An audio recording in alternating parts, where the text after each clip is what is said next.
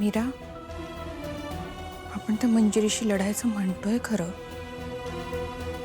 पण त्या नर्मदा आत्या तर तुझ्याच वाईटावर उठल्यात अगं. हो ताई, नर्मदा आत्या असं काहीतरी करतील असं मलाही वाटलं नव्हतं. पण ताई,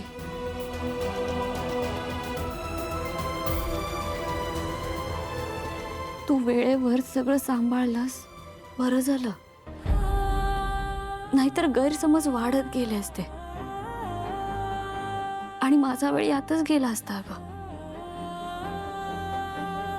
आणि वेदाचे बाबा आणि माझ्यात सुद्धा पुन्हा प्रॉब्लेम निर्माण झाले असते. नाहीये मीरा, यावेळी हे सगळं होऊ द्यायचं नाहीये आपल्याला.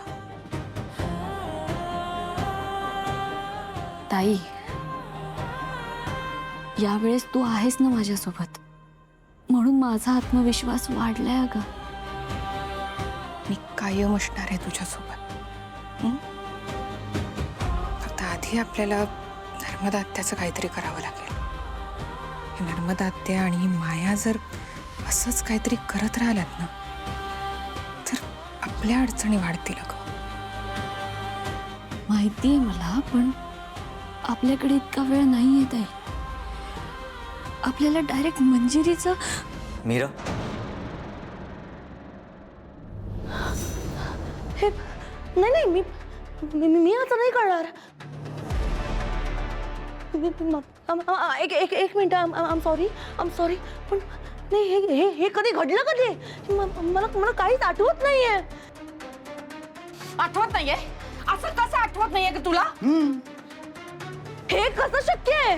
म्हणजे मला मला आठवतंय, अजित फोनवर बोलत आतमध्ये आला, मग सगळ्यांचं लक्ष त्याच्याकडे गेलं आणि तेवढ्यात मी संधी साधली आणि ती पाल जी होती ती मी वरणात टाकली आणि मग मंजिरीने ती पाल पाहिली आणि मग ती अशी काढून टाकली आणि त्यानंतर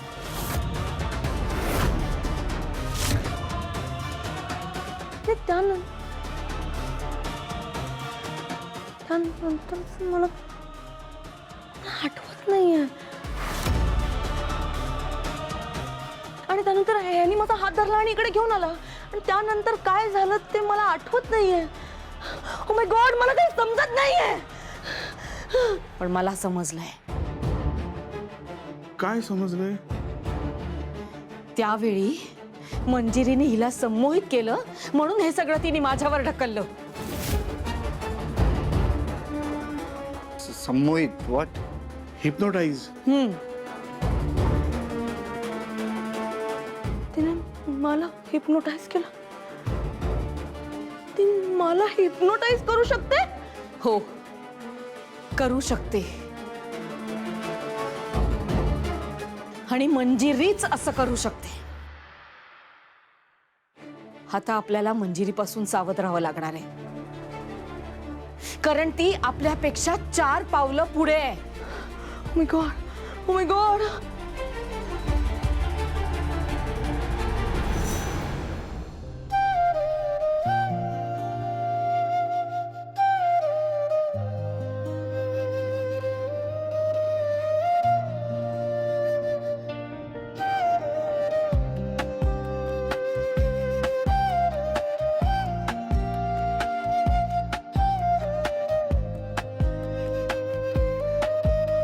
मी तुझ्यावर संशय घेतला त्याबद्दल आय सॉरी. तुम्ही माफी मागत जाऊ नका. म्हणजे अहो, म्हणजे आता घरातले सगळेच माझ्यावर आरोप करणार. तुम्हाला सतत असं भासवणार की घरात जे काही घडतंय ते माझ्यामुळेच घडतंय. तुमची यात काहीच चूक नसताना तुम्हाला यात गोवणार. म्हणून म्हणाले. हे जे काही झालंय ना मीरा, ते अति आहे.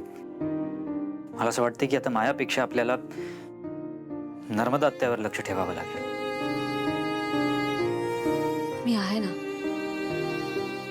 मी ठेवेन त्यांच्यावर लक्ष.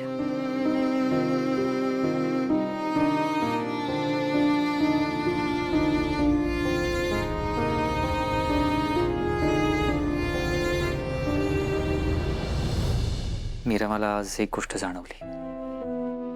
तू तुझी मर्यादा कधीच ओलांडणार नाहीस. किती राग असेल, किती गैरसमज असतील तरी तू असं काही करणार नाहीस ज्याच्यामुळे माझ्या आईच्या जीवावर बेते.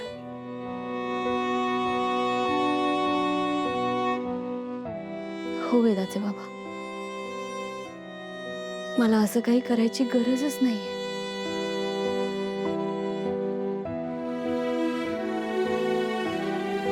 आपल्यात ही अंडरस्टँडिंग आहे, यामुळेच एवढं सगळं होऊन सुद्धा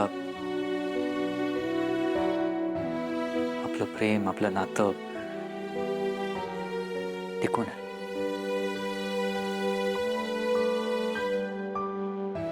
मीरा, बरोबर बोललीस तू. आपल्याला कुणाचाही जीव घ्यायची गरज नाहीये. आपल्याला फक्त मंजिरीचा खरा चेहरा सगळ्यांसमोर आणायचा आहे.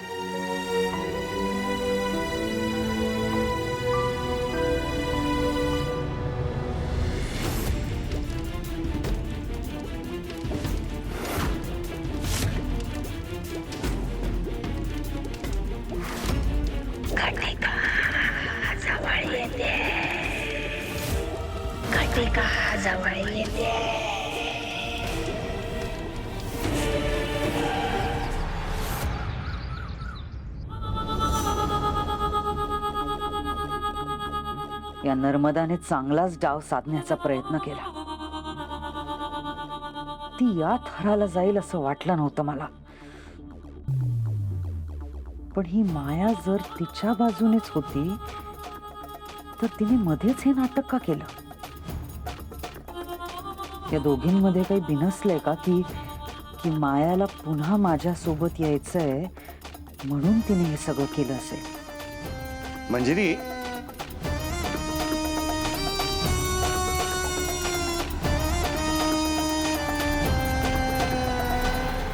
मंजिरी,